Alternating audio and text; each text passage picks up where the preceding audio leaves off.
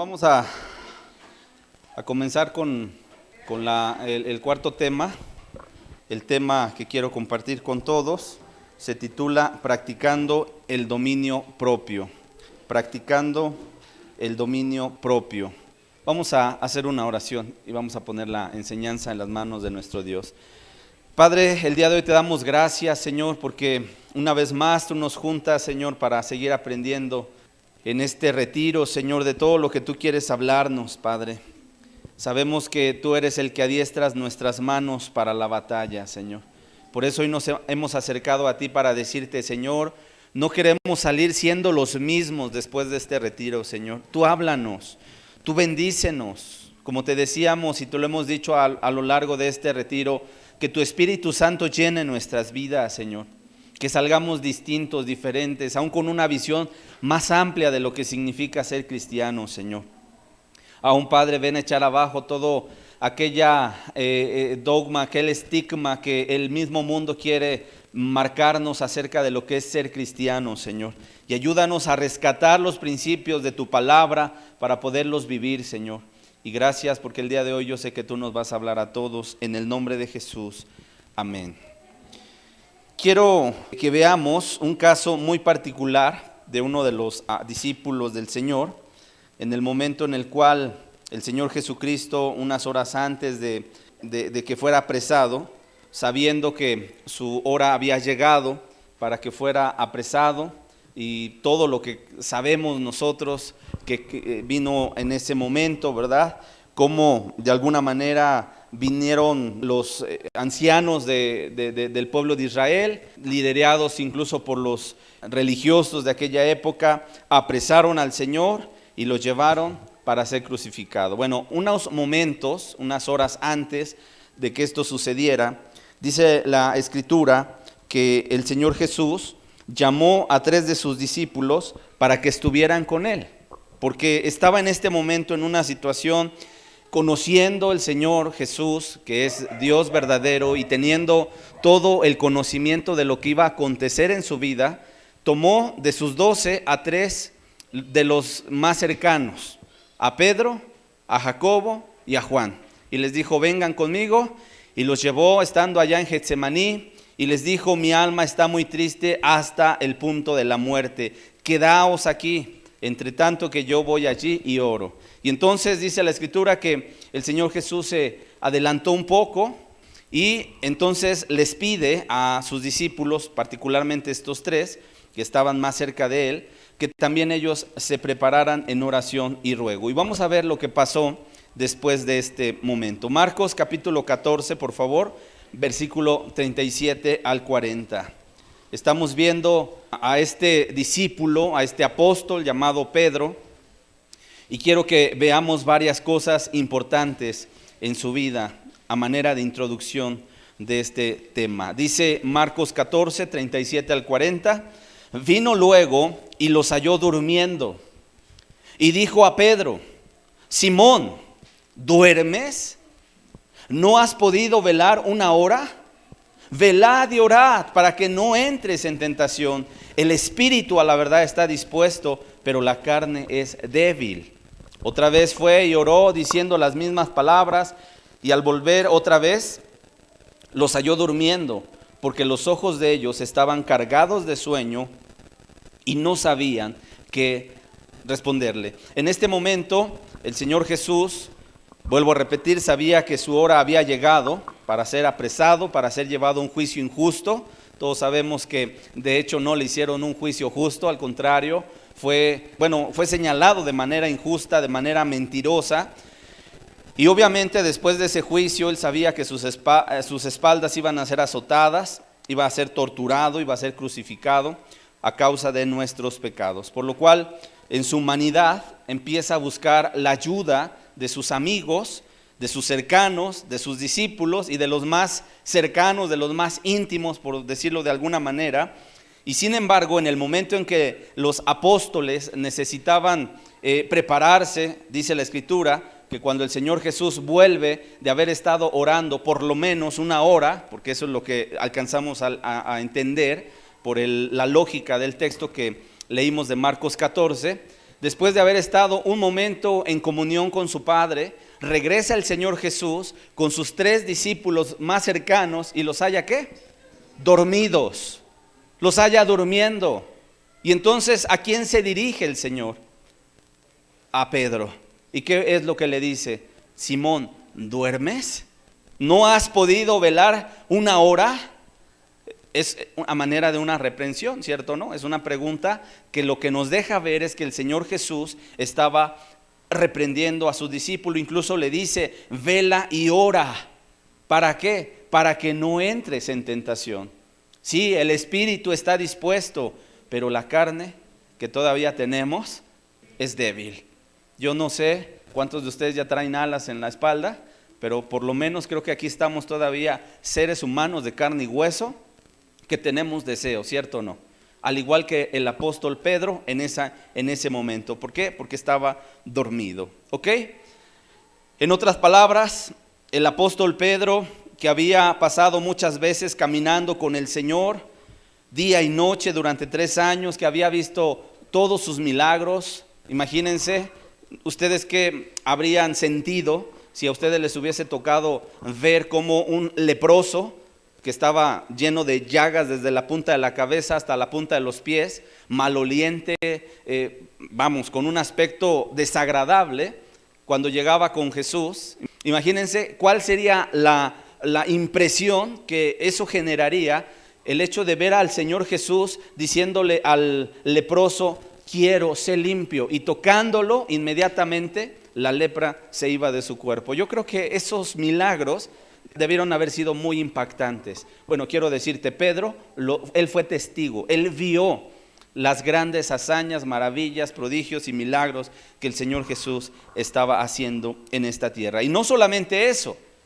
¿qué dice Mateo 16? No lo busques. ¿Alguien se acordará que en una ocasión el Señor Jesús preguntó a sus discípulos, ¿quién dice la gente que es el Hijo del Hombre? ¿Y qué decía la gente? ¿Qué decían los de allá afuera, por decirlo de una manera? ¿Que eres Elías? ¿Que eres Jeremías? ¿Que eres alguno de los profetas? Y entonces el Señor se voltea a ver a sus 12 y les dice, ¿y ustedes quién dicen que soy yo? ¿Y quién fue el que se levantó? Pedro. ¿Y qué dijo? Tú eres el Cristo, el Hijo del Dios viviente. ¿Y cuál fue la respuesta del Señor? Bienaventurado eres, Simón, hijo de Jonás, porque no te lo reveló carne ni sangre, sino mi Padre que está en los cielos. Es decir, Pedro tenía revelación divina, revelación de lo alto. Y él había caminado junto al Señor durante 3 años en su ministerio. Sin embargo, ese mismo Pedro, en la hora de la prueba, se quedó dormido. Y la pregunta sería, ¿saben por qué se quedó dormido Pedro? ¿Sabes cuál es la respuesta? Porque Pedro, a pesar de ser cristiano y de haber tenido un encuentro con el Señor, de lo cual no dudamos, porque él incluso, dice la Escritura, que un día cuando se acercó el Señor Jesús a Pedro en la pesca milagrosa, Pedro mismo le dijo, apártate de mí, Señor, porque ¿qué? Soy hombre pecador. Tuvo una revelación de que él era pecador y que Cristo era Dios de los cielos que estaba caminando en la tierra. Sin embargo, vuelvo a repetir, ese Pedro, a pesar de que había tenido un encuentro con el Señor, todavía en este momento era un esclavo de su propio cuerpo. Tenía muchos deseos naturales y no pudo pasar la prueba. Ahora, ¿cuáles fueron las consecuencias?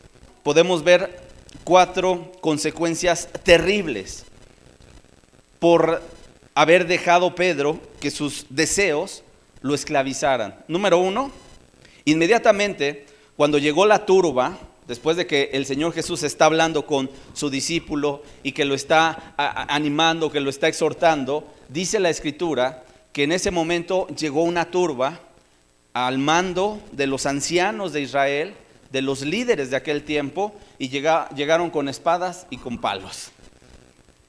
Y entonces la Biblia nos dice que uno de sus discípulos toma la espada y le corta la oreja a uno de los servidores del sumo sacerdote, un hombre llamado Malco.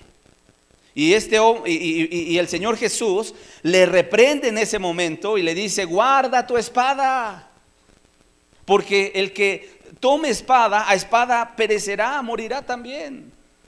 En otras palabras, ¿qué quiero decir con esto? Sino que Pedro pensaba que haciendo eso iba a librar al Señor de ser apresado. ¿Por qué? Porque él no entendía absolutamente nada del ámbito espiritual en ese momento. Por cuanto él se había quedado, ¿qué? Dormido, cuando era necesario estar velando y orando. ¿Estamos de acuerdo? Ok. De tal manera que entonces recibe la reprensión del Señor. Él no sabe qué está pasando. Dice la Escritura que entonces agarran al Señor, lo apresan, sin embargo lo llevan hacia el sumo sacerdote. ¿Y sabes quién iba siguiéndolos de lejos? Pedro, el temerario, el que de repente era arrojado. Y ahí iba Pedro, siguiendo la turba de lejos. Y sin embargo dice la Escritura que llegó un momento en el cual había un frío, y entonces Pedro se acercó a calentarse en la fogata que tenían los enemigos del Señor. Y uno racionalmente diría: Pedro, pero ¿por qué te estás acercando a la fogata de los que apresaron al Señor y que le van a dar muerte? Sin embargo, en ese momento a Pedro no le interesaba, sino más bien el hecho de saciar su frío, ¿verdad? Calentarse en medio de ese fuego, y no le interesaba otra cosa.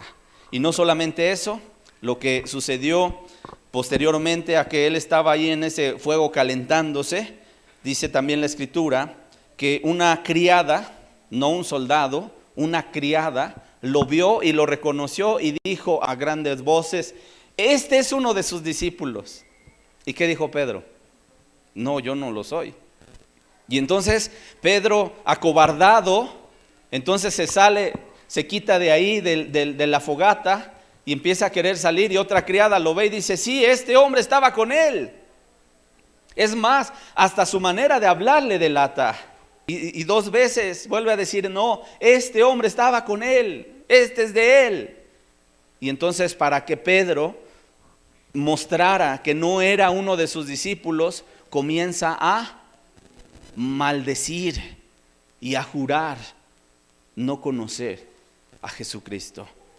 Imagínate hasta dónde fue cayendo el apóstol Pedro, uno tras otro, en los pecados. De hecho, posteriormente a esta caída, que ya había sido advertido el apóstol Pedro por el Señor Jesús, sin embargo Pedro se sentía muy fuerte.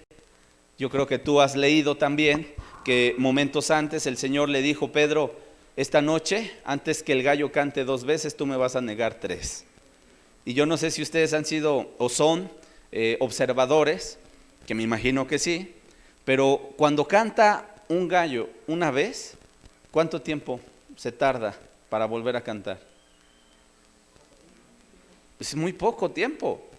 A veces está cantando y luego vuelve a cantar en unos minutos.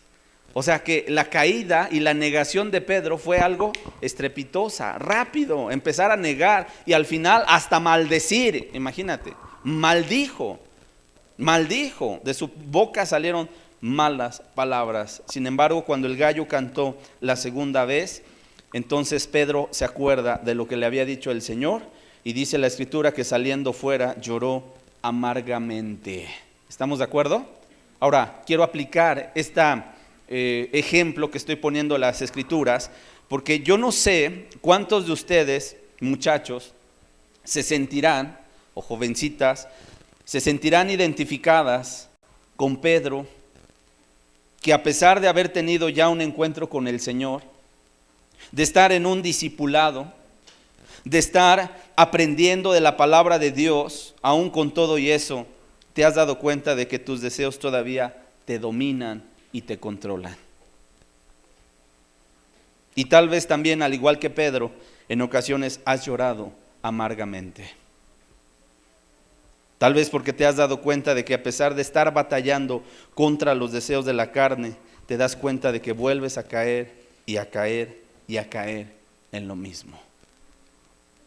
Sin embargo, quiero decirte que esa expresión de que Pedro salió fuera y lloró amargamente significa que él se arrepintió de su cobardía, se arrepintió en ese momento de no haberse puesto en la brecha, de no haber sido obediente al mandato de Jesús de velar y orar.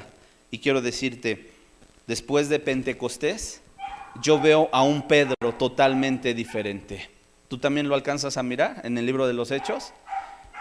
Un Pedro que ya no era gobernado por sus pasiones, que ya no era gobernado por sus deseos, sino que ahora había un control completo sobre sus impulsos por estar caminando en el Espíritu Santo. Y esta es la clave de todo lo que vamos a ver el día de hoy. Porque yo pregunto, ¿quién de todos estos jóvenes que están aquí, quién no tiene deseos? Levante su mano. Reformulo la pregunta, ¿quiénes de todos los que estamos aquí todavía seguimos teniendo deseos en nuestro cuerpo? Levanten su mano.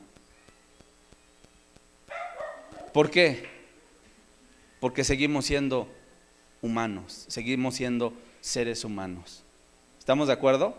Hasta que ustedes vean que atrás les empiezan a brotar las alas, entonces hasta ese momento se acabó las tentaciones. Pero mientras nos salen las alas, vamos a seguir sujetos a deseos. Pero ¿quiénes de ustedes tienen control sobre esos deseos? No me respondan, no levanten su mano. ¿Quiénes de ustedes quisieran tener control sobre sus deseos? Pues yo creo que todos, ¿no? ¿Por qué? Porque de aquí depende nuestra victoria. Y por eso, volviendo al tema de Pedro, cuando yo veo el libro de los Hechos, yo veo a un Pedro que lo azotaban, ahí en Hechos 5, tú lo puedes revisar en el verso 41 y 42, dice que lo azotaban y que salía gozoso de haber sido tenido por digno de padecer afrenta por causa de Jesús. O sea, yo ya no veo un Pedro acobardado. Oye, ¿tú eres de sus discípulos? No, no lo soy. Sí, eres de ellos. No, no lo soy. Y por cobardía hasta decir malas palabras, maldecir.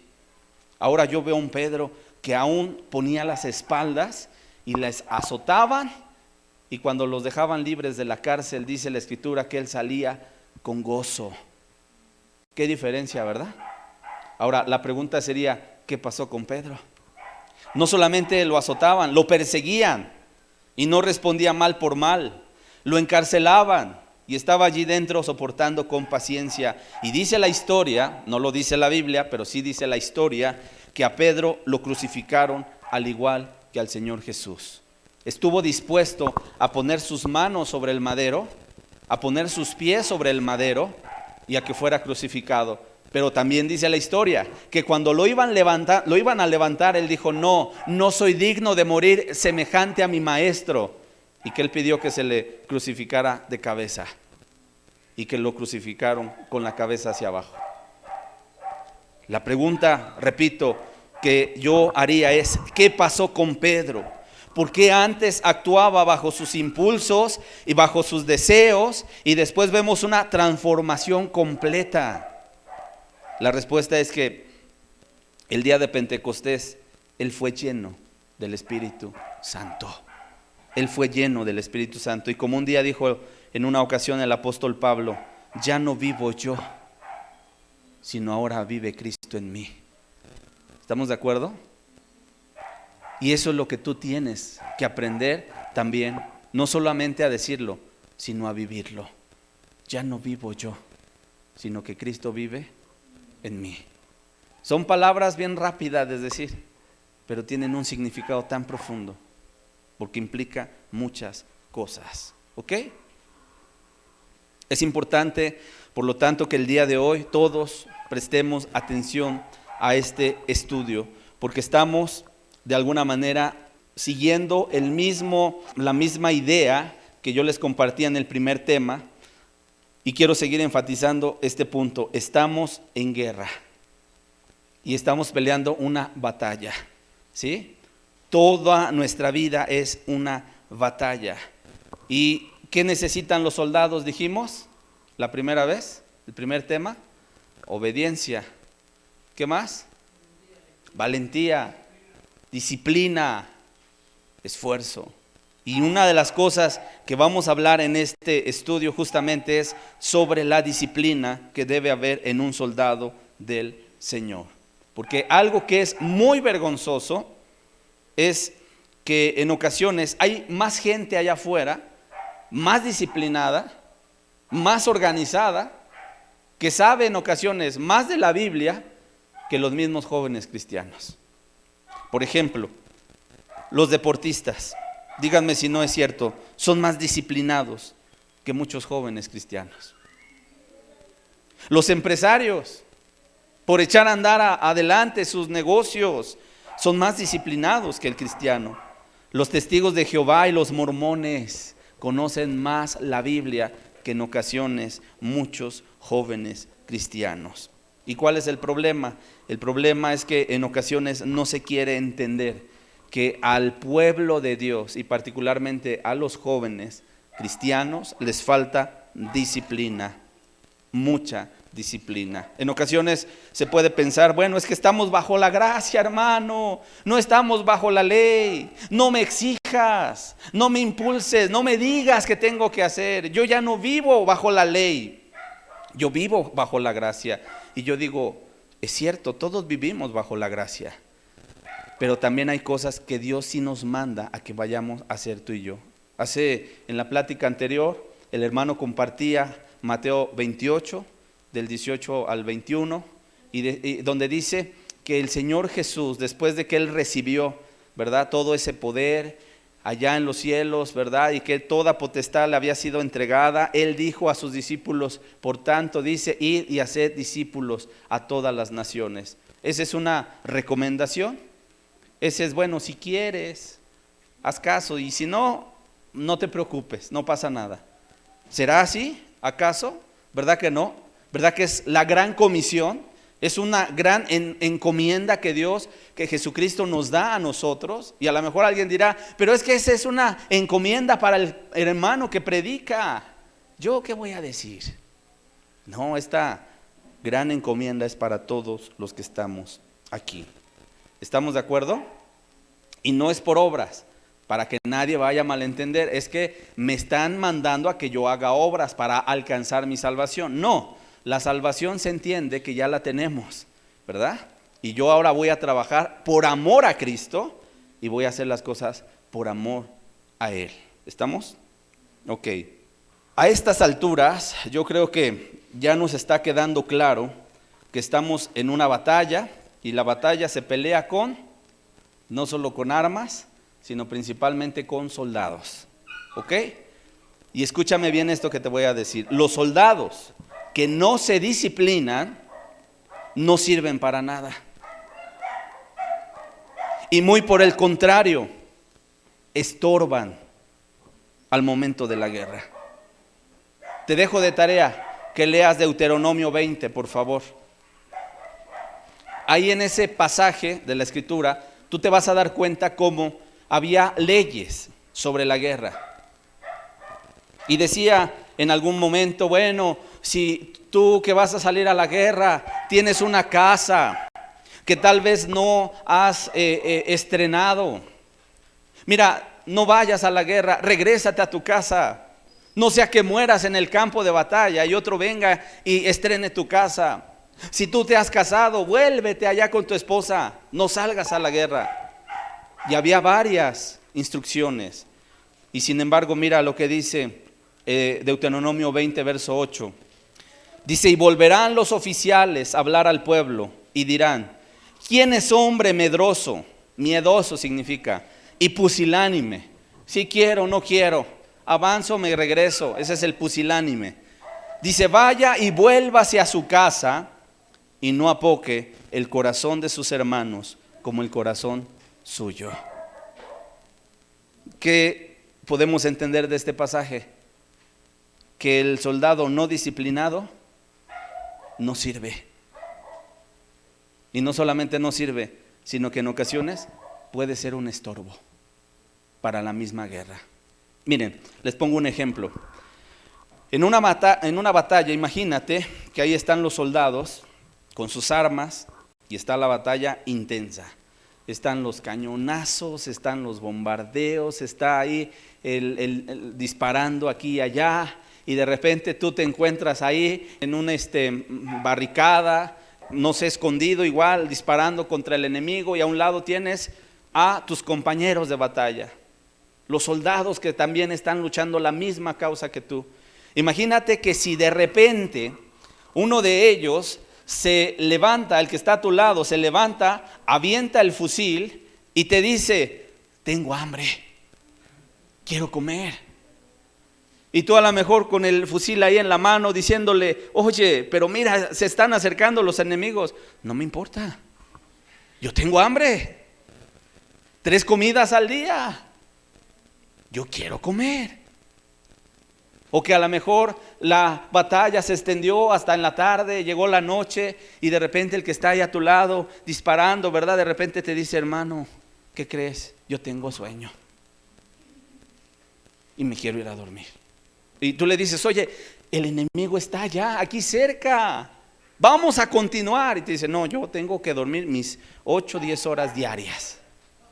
Yo te pregunto, ¿ese soldado serviría? Absolutamente, porque no está entendiendo la idea completa de lo que significa la batalla. Porque siempre ese soldado no cumple con su deber, porque es un soldado indisciplinado, que no tiene disciplina y que antepone sus deseos, sus impulsos por encima de su deber. Y es una persona que no va a avanzar. Incluso, también te digo algo, este tipo de soldados indisciplinados son los primeros que caen en el campo de batalla, ¿sí? Son los primeros que matan en la guerra. Pero no solamente eso, sino que en muchas de las ocasiones son los soldados que hacen que toda la batalla se pierda. Todos nos acordaremos cuál fue la primera ciudad que fueron a conquistar los israelitas en el tiempo de Josué: Jericó. ¿Y qué les dijo Dios? Antes de entrar a la tierra, les dijo: no tome nada de lo que hay allí adentro, porque es anatema.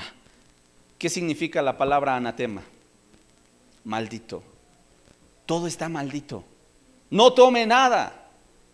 Pero había un soldado indisciplinado que a lo mejor sí tenía sus 2 orejas, pero estaban cerradas, porque en su soberbia, en su arrogancia, en su falta de compromiso con el pueblo, vio un lingote de oro y por ahí un manto babilónico, y los ojitos le empezaron a dar vueltas y ¡trin!, le apareció el signo de pesos y dijo: esto me lo llevo.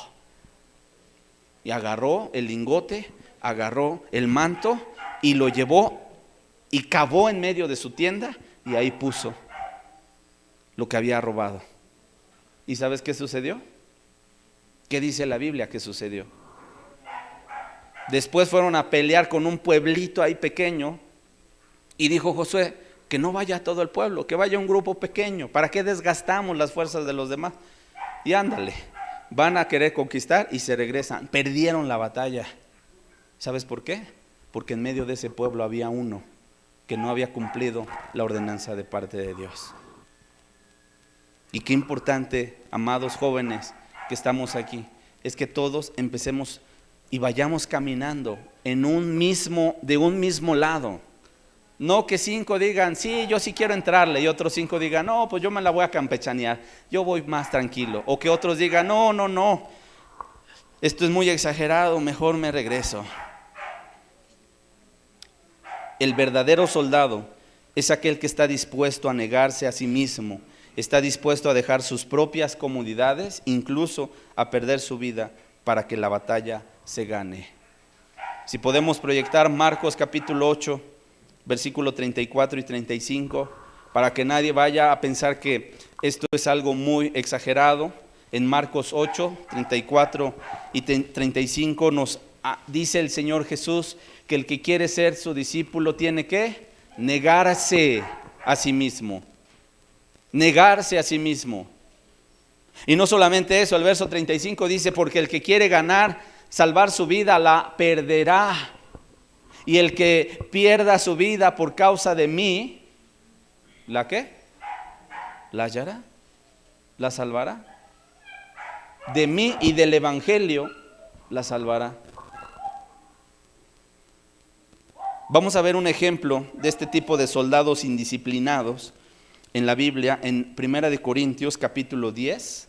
Vamos a leer del verso 1 al verso 14, por favor.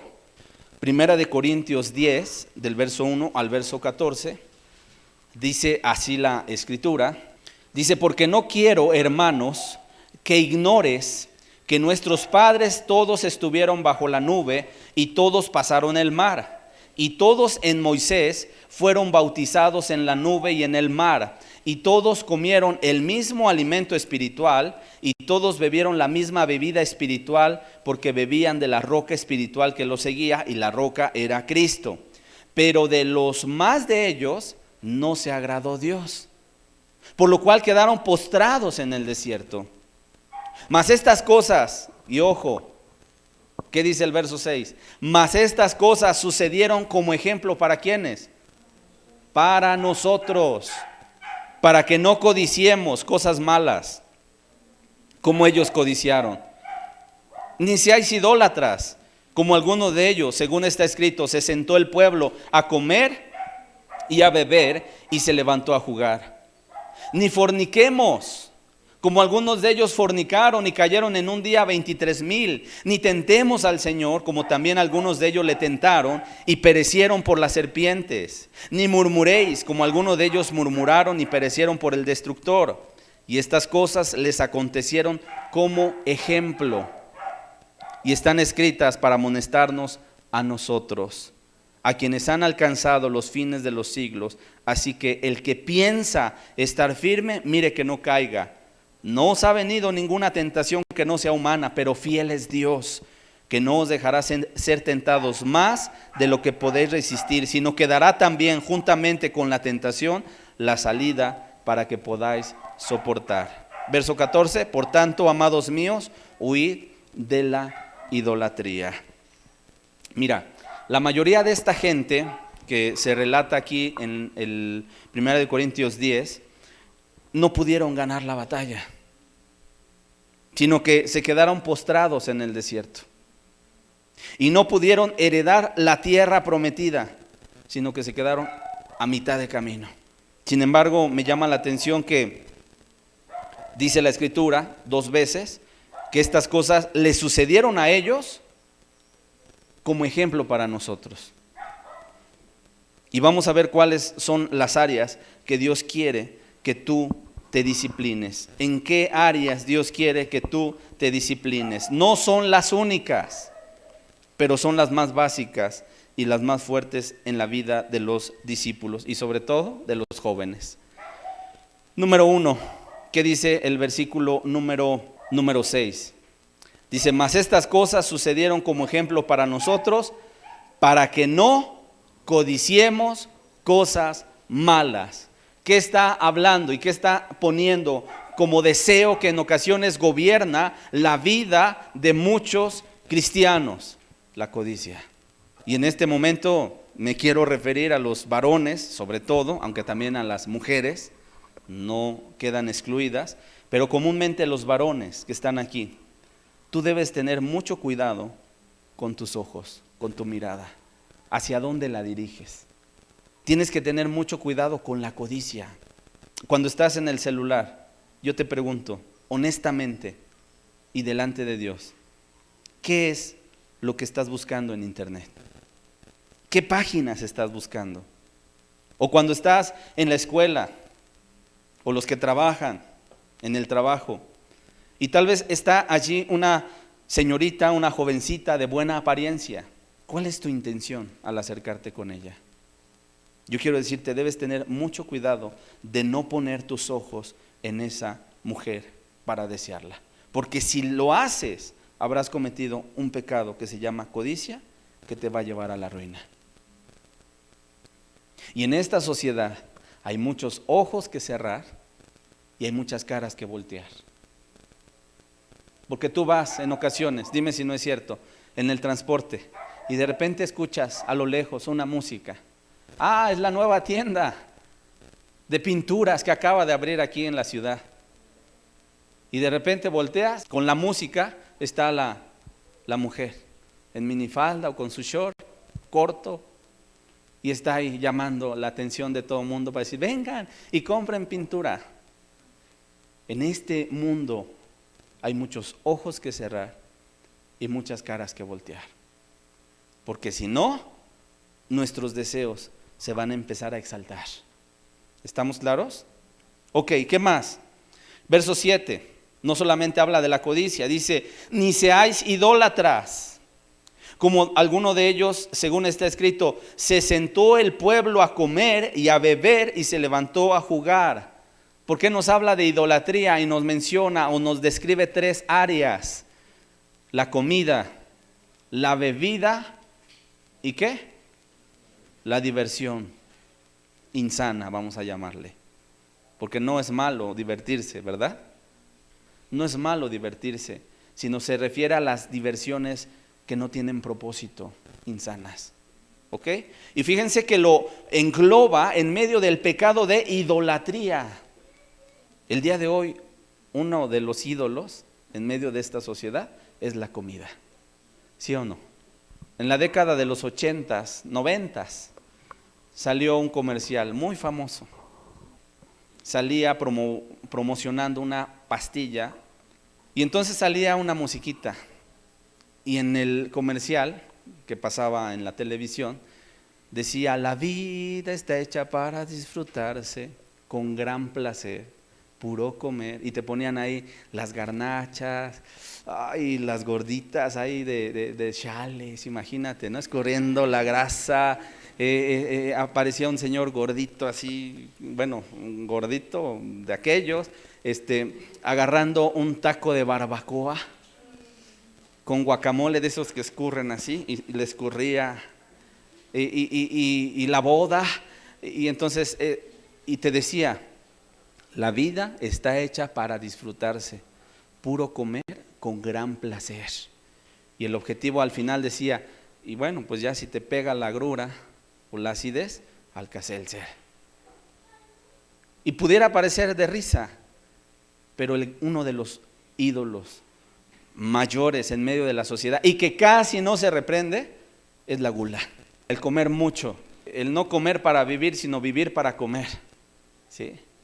Que en ocasiones de repente la persona está ahí, ya terminó de comer y ya anda pellizcando y ya va al refri y ya lo abrió y ya vio ahí el pastelito y dice, bueno, una cucharadita, ¿qué es una cucharadita? Ándale, y ya cierra el refri y al rato ve la manzana en el frutero, dice, una manzana, podemos comer fruta además, y agarra la manzana. Es decir, siempre trae comida y comida y comida en la boca. Y el día de mañana, cuando, en el caso ya de los jóvenes que están aquí, se les llama a un ayuno, en ocasiones, ay no, es que hermano, no sabes, el ayuno, se me baja el azúcar, me siento tembloroso, no, yo no puedo ayunar. ¿Por qué no puedes ayunar? No, me pongo mal. En ocasiones, ¿sabes por qué la gente se pone mal? Porque está acostumbrada a que su estómago sea el que mande en la voluntad de esa persona. Por eso, fíjate, ni seáis idólatras. Dice, como algunos de ellos, según está escrito, se levantó el pueblo a comer y a beber. Ya no te digo que bebían, ¿verdad? Pero sin lugar a dudas no era agua purificada. Sin lugar a dudas debió haber sido vino. Y luego también dice, y se levantó a jugar, a diversiones insanas. En el caso de las diversiones insanas, nosotros vemos la advertencia de parte de Dios a no buscar y fomentar en nuestra vida estas diversiones insanas como pasatiempos. Ayer decía incluso que hay quienes, por ejemplo, su diversión ahora puede ser que publica, no sé, alguna historia en Facebook y está esperando a ver cuántos likes o cuántos corazones le aparecen ahí. Y si nadie le dio like, no, pues ya no tiene caso la vida. Y en ocasiones ya la gente anda bajando las manos. El Instagram, las aplicaciones que el día de hoy pueden ser utilizadas para comunicarse, en ocasiones pueden volverse un ídolo en la vida de muchos jóvenes. Y por cierto, quiero decirte, en 1 de Juan, capítulo 2, versículo 15 al 17, hay una advertencia también muy solemne, y básicamente esta advertencia es para todos los que estamos aquí. Y dice así la Escritura: no ames al mundo, ni las cosas que están en el mundo. Si alguno ama al mundo, y no se refiere a las plantas, las aves y los peces del mar, sino se refiere a lo que va a decir a continuación. Dice, porque todo lo que hay en el mundo, y te dice, los deseos de la carne, los deseos de los ojos y la vanagloria de la vida, esas tres cosas son lo que hay en el mundo, porque dice, no provienen del Padre, sino del mundo. ¿Qué cosas? Deseos de la carne, deseos de los ojos y vanagloria de la vida. ¿Estamos claros? Dice, y el mundo pasa y sus deseos, pero el que hace la voluntad de Dios permanece para siempre. Es muy cierto que quien ama al mundo nunca tendrá su alma llena, sino que siempre sentirá que falta algo. Jóvenes, cuando hay un amor hacia el mundo, nuestra alma nunca va a estar llena, siempre le va a hacer falta algo, ¿sí o no? De repente ahorita el iPhone, no sé, vamos a ponerle 30, ¿no? Que de repente ya aquí alguien trae su iPhone 50, pero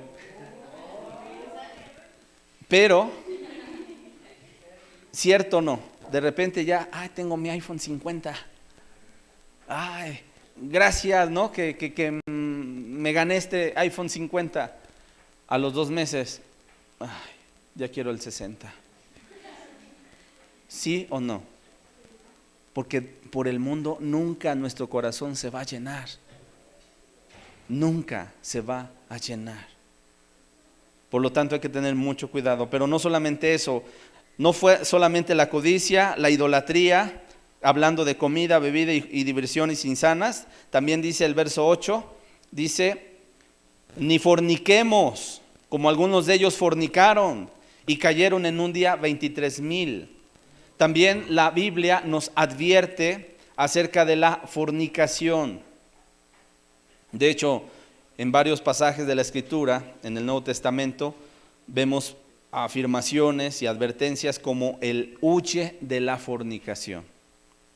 Cualquier otro pecado que el hombre cometa, ¿está qué? Fuera del cuerpo. Pero el que fornica, dice, contra su propio cuerpo peca.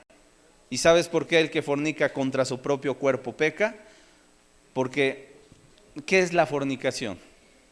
Es tener una intimidad de un hombre con una mujer con un hombre. Eso es lo que significa la fornicación antes de casarse. ¿Y sabes cuál es el poder de la intimidad? O sea, ¿por qué Dios creó? A ver, yo les pregunto, ¿quién diseñó, quién creó y quién pensó el sexo en el matrimonio, para el matrimonio? ¿Quién fue? ¿De quién fue idea? ¿De Satanás o de Dios? Pero Dios es santo. Y entonces, ¿cómo un Dios santo podía estar pensando en el placer para una pareja en el matrimonio a través de la relación sexual? ¿Saben por qué? Sí, fue el Dios santo. ¿Y saben cuál es el objetivo? De que une las almas de esa pareja que han tomado decisiones de casarse legítimamente. Y entonces haz de cuenta, por eso aquí la Biblia te dice, el que fornica contra su propio cuerpo peca, porque se une emocionalmente el alma de esa mujer o de ese hombre con aquella persona con la que se metió en intimidad. Y aquí es muy importante, jóvenes, muchachos, señoritas, que ustedes tengan mucho cuidado en este aspecto. Y bueno, igual también ya llegará su momento, sobre todo para los jóvenes que tienen arriba de 21 años, 22, 23 en adelante, que a lo mejor en sus mentes en algún momento comiencen a pensar, bueno, tengo la idea de casarme, ¿estaré haciendo mal? La respuesta es no, no. Pero lo que sí te tenemos que decir es la forma en la cual Dios aconseja en que podamos hacerlo.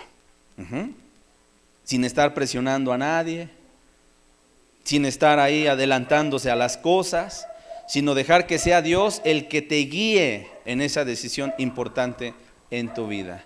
Porque algo es muy cierto. Imagínate, de repente se casan el joven y la señorita, cristianos, y de repente, bueno, pasa la luna de miel. ¿Y saben qué es la luna de miel? Es un momento de mucha bendición. Pero también es muy cierto, como somos emociones, llega el momento en que de repente estás dormido y pum, y te volteas a ver y dices, ¿y esta? ¿Y este? ¿Qué hace aquí? ¿Sí me entiendes? Y sin embargo, con la persona con la que tú decidas casarte el día de mañana para compartir mi vida y trabajar en la extensión del reino, una vez que tomas esa decisión, ya no hay vuelta para atrás, ya no hay regreso. Cuando se toma esta decisión es hasta que la muerte los separe. ¿Ok? Pero bueno, ya hablaremos un poco más en otro tema. ¿Qué más dice? Verso 9. Dice el verso 9: ni tentemos al Señor, como también algunos de ellos le tentaron y perecieron por las serpientes. Luego más adelante, verso 10: ni murmuréis. ¿Dónde quiere Dios que tú tengas disciplina? Que no te dejes gobernar por los deseos. Comúnmente cuando está la persona en el mundo, dime si no es cierto, es la persona que en ocasiones levanta chismes, distribuye cosas incorrectas. Pero cuando llegamos a Cristo, ya no podemos andar diciendo, ay hermanita, hermanito, qué bueno que te veo, fíjate que fulano. Hay que tener mucho cuidado. Nos exhorta la Biblia a tener cuidado con los pecados de la lengua, como la murmuración, pero también el chisme, también la maledicencia. Hay que tener mucho cuidado. Y además, ¿qué fue lo que vimos? ¿Qué deseo vimos en Pedro? El sueño. ¿En qué más Dios quiere que te disciplines? En tus horas de sueño. Pedro no se preparó, estaba débil en su carne y fue arrastrado por su cobardía a pecados terribles. Ahora, y aquí quiero hacer un comentario. Que nadie esté pensando, tal vez, que necesitas dormir 2 o 3 horas diarias solamente. Yo no estoy diciendo eso. ¿Cuántas horas necesitamos dormir? Entre 7 y 8. Eso es lo normal. Sin embargo, lo que resalta el pasaje que leíamos al principio, cuando Pedro se durmió, es que en el momento en que Pedro debía estar preparándose para la batalla que venía, él decidió dormirse. Es decir, él apapachó su hora de dormir y no se preparó. Pregunto, ¿algunos de ustedes han escuchado, han sentido una voz dulce en la madrugada que te dice, ponte a orar por esta necesidad? A ver, ¿quién ha tenido esta experiencia? En la madrugada. Ok, varias manos levantadas. ¿Y qué has hecho? De repente dices, ay, es que está bien, está frillito la madrugada, mejor me enrosco en mi cobija 3 vueltas y ya hay oro después. ¿O te has levantado a orar? ¿Te has levantado a orar? Qué bueno. En ocasiones, fíjate, y en este ejemplo es cuando Dios viene. Y en ocasiones estás bien dormidito y pum, de repente despiertas así, en la madrugada. Y cuando menos te das cuenta ya está la voz, ponte a orar. Hay esta necesidad. A veces así Dios nos habla. No sabemos por qué, pero nos pone ahí la carga en nuestro corazón. ¿Estamos de acuerdo? Ok. Vuelvo a repetir la pregunta, ¿quién no tiene deseos? ¿Quién sí tiene deseos? Todos tenemos deseos. Y hay lugar para los deseos que son naturales y son legítimos. Pero con todo y eso debemos acostumbrarnos a que esos deseos no gobiernen nuestra vida. Por ejemplo, Dios puso el deseo de comer, ¿sí o no? ¿Cómo se llama ese deseo? Hambre. Y de repente dices, ay, ya se está tardando mucho el hermano. ¿Y qué empieza a hacer tu estómago? A gruñir, ¿no? Pero no solamente te puso el hambre, además Dios te puso también en tu paladar, en la lengua, en la boca, te puso para que puedas distinguir sabores. Y mientras la comida está rica, ¿qué sucede? Ay, sírvame otro plato, ¿no? ¿Por qué? Porque Dios así nos hizo con esa capacidad. Ahora, ¿es malo el deseo de tener hambre? No. Pero si estás en un ayuno, ahí sí, ¿no? Cuando el Señor Jesús estaba ayunando, ¿qué vino Satanás a decirle? Di que estas piedras se conviertan en pan. Y el Señor lo rechaza. Ok, pero el deseo en sí mismo de tener hambre no es pecado. ¿Estamos de acuerdo? Sin embargo, lo que debes entender es que cada deseo que hay dentro de ti, Dios también le puso un límite. En otras palabras, no porque tengas el deseo de comer, ahora vas a atiborrarte de comida y de comida y de comida. Porque entonces te volverás un glotón que el día de mañana te puede controlar al grado de que no quieras ni siquiera dedicar un día de ayuno para buscar a Dios. ¿Dios puso el deseo sexual? Sí, ¿no? Así fuiste creado por Dios, creada por Dios. Pero ese deseo tiene un límite, solo dentro del matrimonio. No antes, porque es fornicación, no fuera de, porque se llama adulterio. Y eso está reprobado por Dios, ¿ok? ¿Qué vemos entonces? Que hay deseos naturales puestos por Dios y que debemos entender que esos deseos deben tener control. Dios te hizo diferente, Dios nos hizo diferentes a los animales. ¿Estamos claros? Los animales se mueven por instintos, están impulsados por su carne, pero no tienen raciocinio. El ser humano fuimos creados, número uno, a imagen de Dios. Ese es nuestro valor que tenemos. Tú tienes un valor. ¿Cuál es tu valor? No cuánto dinero tienes en el banco, sino tu valor estriba o radica en el hecho de que fuiste creado a imagen de Dios. La planta, por muy bonitos colores que tenga, no fue creada a imagen de Dios. Solamente tú y yo fuimos creados a imagen de Dios. Y tenemos algo que Dios puso, no solamente deseos, sino también puso un raciocinio y puso una voluntad. Y esa es la diferencia. Esa es la gran diferencia. El perrito no piensa. Cuando de repente la perra ahí anda en su celo, ¿cuántos perros andan atrás de ella? Como 20, ¿no? Y todos se quieren aparear. No veo un perro que llegue y diga, oiga, ¿usted tiene esposo?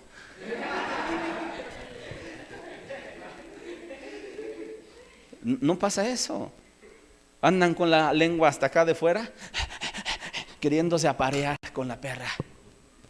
Porque se dirigen bajo impulsos, instintos solamente.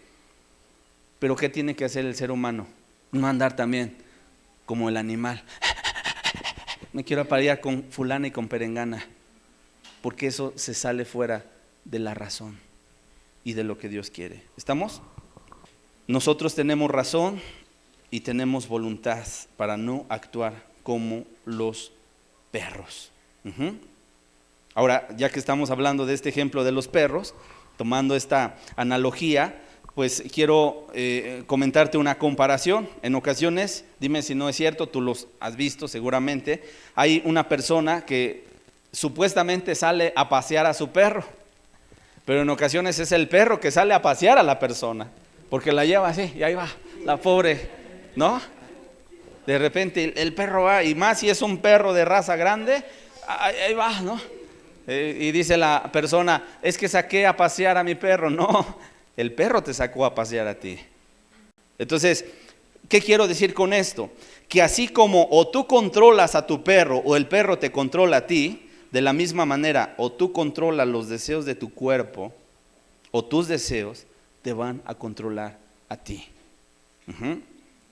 Y no hay más esclavitud, más triste, que ver que los deseos gobiernen la vida de la gente. Eso es algo muy triste. Hay dos formas de disciplinarte de acuerdo a la Escritura. Una de ellas proviene de Dios y la otra no, pero ambas están descritas en la Escritura.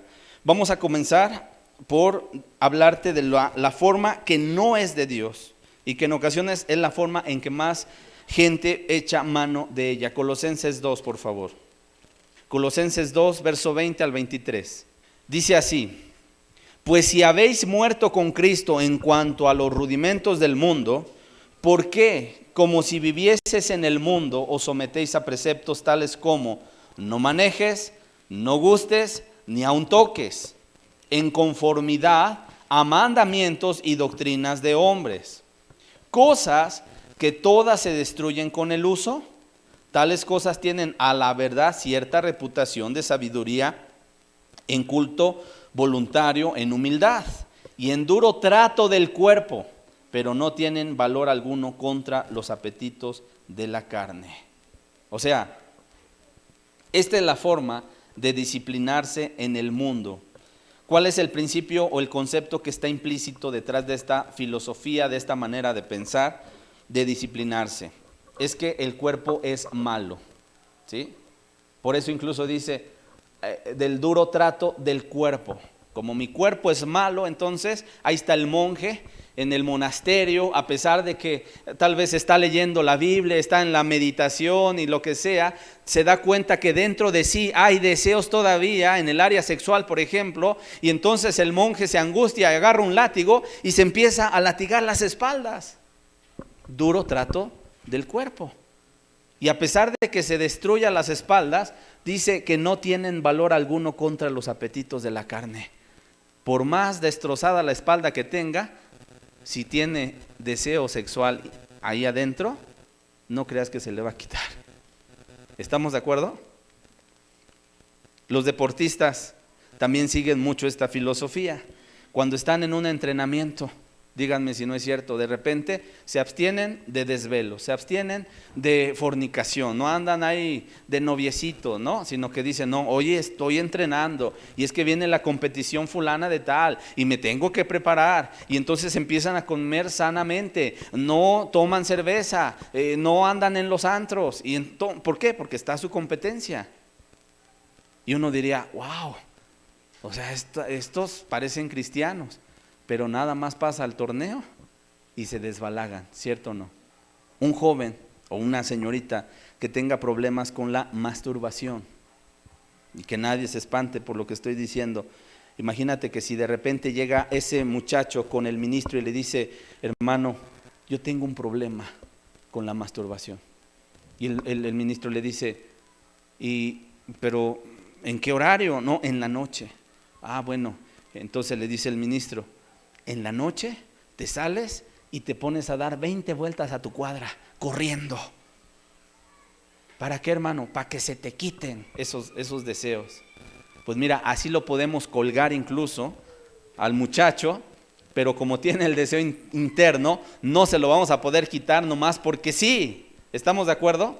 Por eso esta forma del mundo no es conforme a la voluntad de Dios. Y no es caminar de rodillas hasta el santuario fulano de tal, o no es hacer un juramento, como allá afuera en el mundo va el que está pegado al alcohol y dice, pues voy a tener que ir a Chalma a jurar para que en un año no tome cerveza. Eso no tiene ningún valor contra los apetitos de la carne, de verdad. ¿Qué sucede? Recientemente un hermano me decía, en la predicación encontré a un hombre, a una señora, dice, y esta señora se vio muy interesada para que fuéramos a hablar con su hijo. Su hijo hizo un juramento de no tomar durante un año y está a punto de concluir. Y ya le dijo el muchacho a su madre, nada más llegando el día en el cual acabe mi juramento, ese día me desbalago y ahora sí, que se vengan las frías. No tienen ningún carácter moral sobre los apetitos de la carne. Pues sí, ya fue a jurar y nomás se está reprimiendo ahí, ¿no? Pero ya acabó el día, llegó el año, se cumplió la fecha y pum, otra vez a tomar.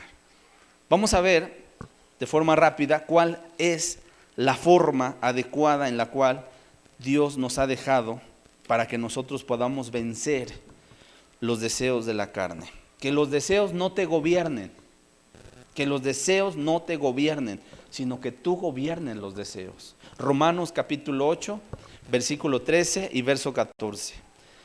Esta es la clave y te la tienes que aprender y sobre todo vivir. Dice Romanos 8:13, porque si vivís conforme a la carne, vas a morir, moriréis. Pero si por el Espíritu, y ese Espíritu, dense cuenta que está en mayúscula, hacéis morir las obras de la carne, entonces ¿qué va a suceder? Vas a vivir. Porque todos los que son guiados por el Espíritu de Dios, estos son hijos de Dios. Una cosa que sucedió el día en el cual tú te convertiste a Dios. Dime si no ese día lloraste mucho y le dijiste a Dios, he sido muy malo, un monstruo, aquí está dentro de mí, he sido muy perverso, etcétera. Y entonces crees en Jesús y te levantas ligerito, como si tu fardo que traías aquí atrás cargando se hubiese quedado ahí, al pie de la cruz, ¿no? ¿Cómo te sentiste esos días? ¿Qué hubo dentro de ti? Paz, ok. ¿Qué más? Tranquilidad. ¿Qué más? Gozo, alegría. Oye, me siento diferente, me siento distinto. Ya no tengo el remordimiento acá en la conciencia. Ya no tengo el peso de mis pecados porque Cristo me perdonó. ¿Alguien ha tenido esta experiencia? A ver, levante su mano. Ok. Sin embargo, y aquí viene el pero, que cambia las cosas. ¿Qué es lo que sucede comúnmente? Que al pasar de los meses, ese encuentro que tuviste con Dios, como que se empieza a diluir. ¿Sabes por qué es ese gozo? ¿Sabes por qué es esa alegría? ¿Sabes por qué es esa paz, esa tranquilidad que tú sentías en el momento que te acercaste a Cristo y Él perdonó tu pecado? Porque en ese momento que Él te perdonó, Él puso dentro de ti su Espíritu. El Espíritu nos bautiza, dice Romanos 5, que hemos sido bautizados por el amor de Dios mediante el Espíritu, por su Espíritu. Ha sido derramado el amor de Dios. Y dime si no es cierto, en el momento en el cual tú le pediste perdón a Dios y viste su sacrificio, en ese momento el amor de Dios te inundó completamente. Entonces fuiste inundado de ese Espíritu. ¿Qué tienes que hacer después de ahí?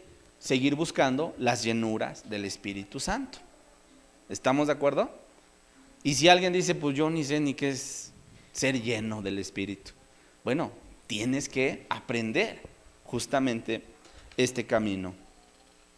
Cuando el Espíritu Santo está en tu corazón, entonces tus deseos van a estar controlados.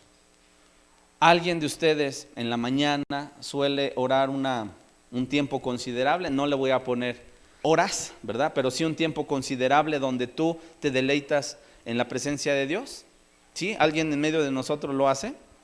¿Qué sucede cuando sales a hacer tus actividades? Ánimo, con alegría, con empuje, con energía. Te sientes como si el día estuviera pasando de volada, no tienes ningún problema, pero no salgas un día corriendo y ese día no oraste, ese día no estuviste con Dios y vas en el tráfico. Yo sé que ustedes no manejan, pero imagínense que manejaran y de repente hay mucho tráfico, ya estás con el claxon, quítense, llevo prisa. Y de repente tú mismo te das cuenta porque el Espíritu Santo, cuando habita en ti, te empieza a decir, esto no está bien. Estás sentado ahí en la mesa con la comida y de repente dices, ay, mira cuánta comida y pastelito y flanes y esto y el otro. Pero si tú estás siendo guiado por el Espíritu, En el momento en que empiezas a cucharear, llegará el momento en el cual el Espíritu Santo te va a decir, hasta ahí. ¿Qué sucede en ocasiones?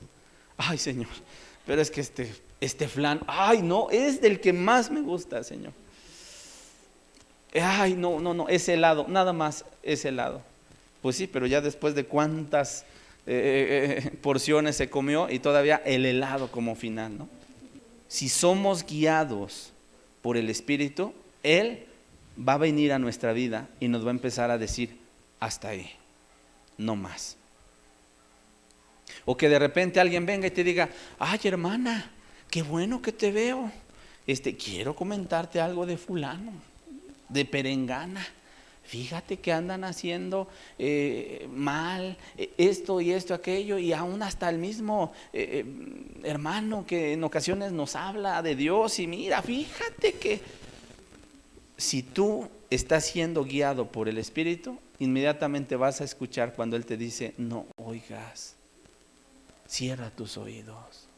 Pero en ocasiones, ¿qué sucede? A ver, hermana, cuéntamelo todo, no me digas. Hay que ser guiados por el Espíritu. Y sobre todo, como se los decía al principio, a ver, el Señor Jesús fue nuestro mejor ejemplo, ha sido nuestro mejor ejemplo. ¿Cada cuánto oraba el Señor? Diario. Y lo vemos en las Escrituras, en la madrugada y en la noche. ¿Cierto o no?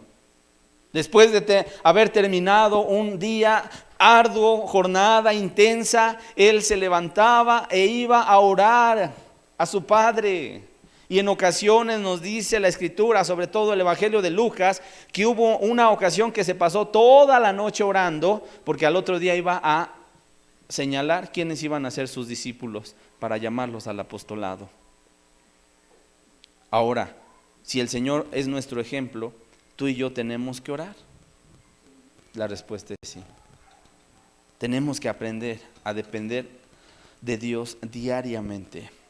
Antes de que le pongas toda tu larga lista a Dios, deleítate en su presencia. Exáltalo por sus atributos. ¿Ok? Por último, rápido, 3 pasos generales para disciplinar tu cuerpo. Número 1, debes tener el bautismo en el Espíritu Santo. Si tú eres salvo, tú debes tener ese bautismo. El día que fuiste salvado, ese día el Espíritu Santo vino a tu vida. Sin embargo, cada día debes buscar su llenura. Si hoy de repente tú dices, ay, es que esa alegría, ese gozo, esa paz que yo sentía al principio, ya no la siento mucho, bueno, pues a lo mejor te has descuidado, ¿verdad? Si no lo tienes, bueno, vas a tener comúnmente que trabajar en tu carne y eso no le va a agradar a Dios. Número 2, tienes que tener una visión de la vida eterna. Segunda de Corintios 6, verso 4 al 6, dice, antes bien, nos recomendamos en todo como ministros de Dios, en mucha paciencia, en tribulación, en necesidad, en angustias, en azotes, en cárceles, en tumultos, en trabajos, en desvelos, en ayunos, en pureza, en ciencia. ¿Cómo se describe aquí? Un ministro, como alguien que vive una vida bonachona o alguien que está atravesando por circunstancias muy adversas. Fíjate, paciencia, tribulación, necesidad, angustia, azotes, cárceles, tumultos, trabajos, desvelos. ¿Y quién lo escribe? El apóstol de la gracia, ¿sí o no? Pablo. ¿Y por qué hablaba de la gracia? Entonces, ¿todo esto era en vano? No, porque Pablo incluso llegó a decir esta leve tribulación momentánea. Segunda de Corintios 11, verso 23. Dice, ¿son ministros de Cristo? Dice, yo más, en trabajos más abundantes, en azotes sin números, en cárceles más, en peligros de muerte muchas veces. De los judíos 5 veces he recibido 40 azotes menos 1. 3 veces he sido azotado con varas, una vez apedreado, 3 veces he padecido un naufragio, una noche y un día he estado como náufrago en alta mar, en caminos muchas veces, en peligros de ríos, peligro de ladrones, peligro de los de mi nación, peligros de los gentiles, peligros de la ciudad, peligros en el desierto, peligros en el mar, peligros entre falsos hermanos, en trabajos y fatigas, en muchos desvelos, en hambre, sed, en muchos ayunos, en frío y en desnudez, y además de otras cosas, lo que sobre mí se agolpa cada día, la preocupación por todas las iglesias. ¿Quién enferma y yo no enfermo? ¿A quién se le hace tropezar y yo no me indigno? Si te das cuenta, todo esto, los apóstoles en este caso sufrían, sin embargo tenían la mirada puesta en las cosas de arriba. Comparado con la vida eterna, por eso el apóstol decía, esta leve tribulación momentánea, ¿verdad? Colosenses 3, verso 1 al 3. Si pues haber resucitado con Cristo, buscar las cosas de arriba, donde está Cristo sentado a la diestra de Dios, poner la mira en las cosas de arriba, no en las de la tierra, porque habéis muerto y vuestra vida está escondida con Cristo en Dios. ¿Dónde te dice la palabra? Que pongas tu mirada en las cosas de arriba, donde está Cristo sentado a la diestra de Dios.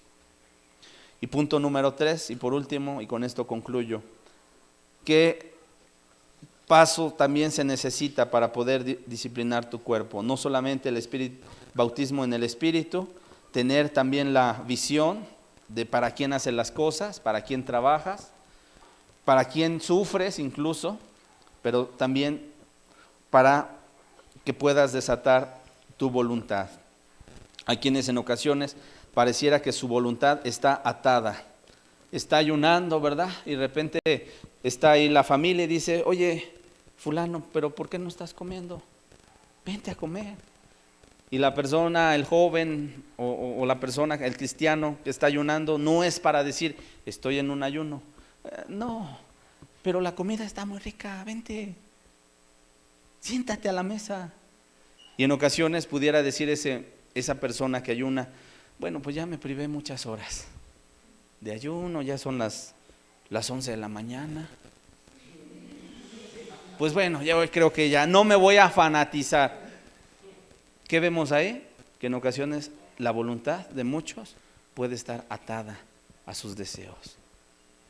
Y por vivir en sus deseos, entonces, no cumple la voluntad de Dios. Y termino, 2 de Timoteo capítulo 2, versículo 3 al 5. Dice, tú pues sufre penalidades como buen soldado de Jesucristo. Ninguno que milita se enreda en los negocios de la vida a fin de agradar a aquel que lo tomó por soldado. Y también el que lucha como atleta no es coronado, sino lucha legítimamente. ¿Qué te está diciendo aquí la Escritura? En pocas palabras, deja que el Espíritu Santo te guíe, te dirija, ¿sí? O sea, no vas a tener la corona si no luchas legítimamente. Tienes que dejarte guiar por el Espíritu Santo. Y esa es la clave de la vida cristiana. Vamos a hacer una oración. Padre, en esta hora te damos gracias, Señor.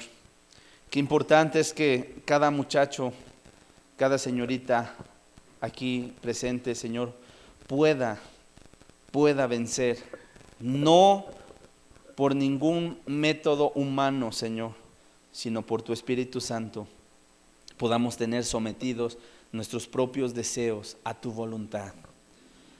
Ayúdanos mucho porque estamos viviendo en una generación que se apapacha mucho, y no solamente allá afuera, sino aún dentro del mismo cristianismo, Señor. Cuando yo, Padre, leo en tu palabra cómo el apóstol Pablo andaba en desnudez, en persecución, en cárceles, en azotes, puedo decir cuánto dista mucho el cristianismo actual de lo que él vivió como cristianismo, Señor.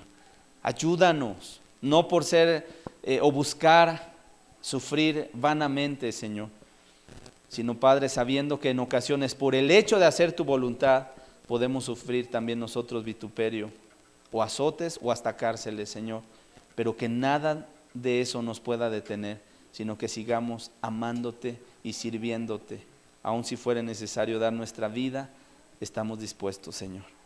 Y gracias por tu palabra, séllala en el corazón de cada uno de los oyentes, en el nombre de Jesús. Amén. Amén.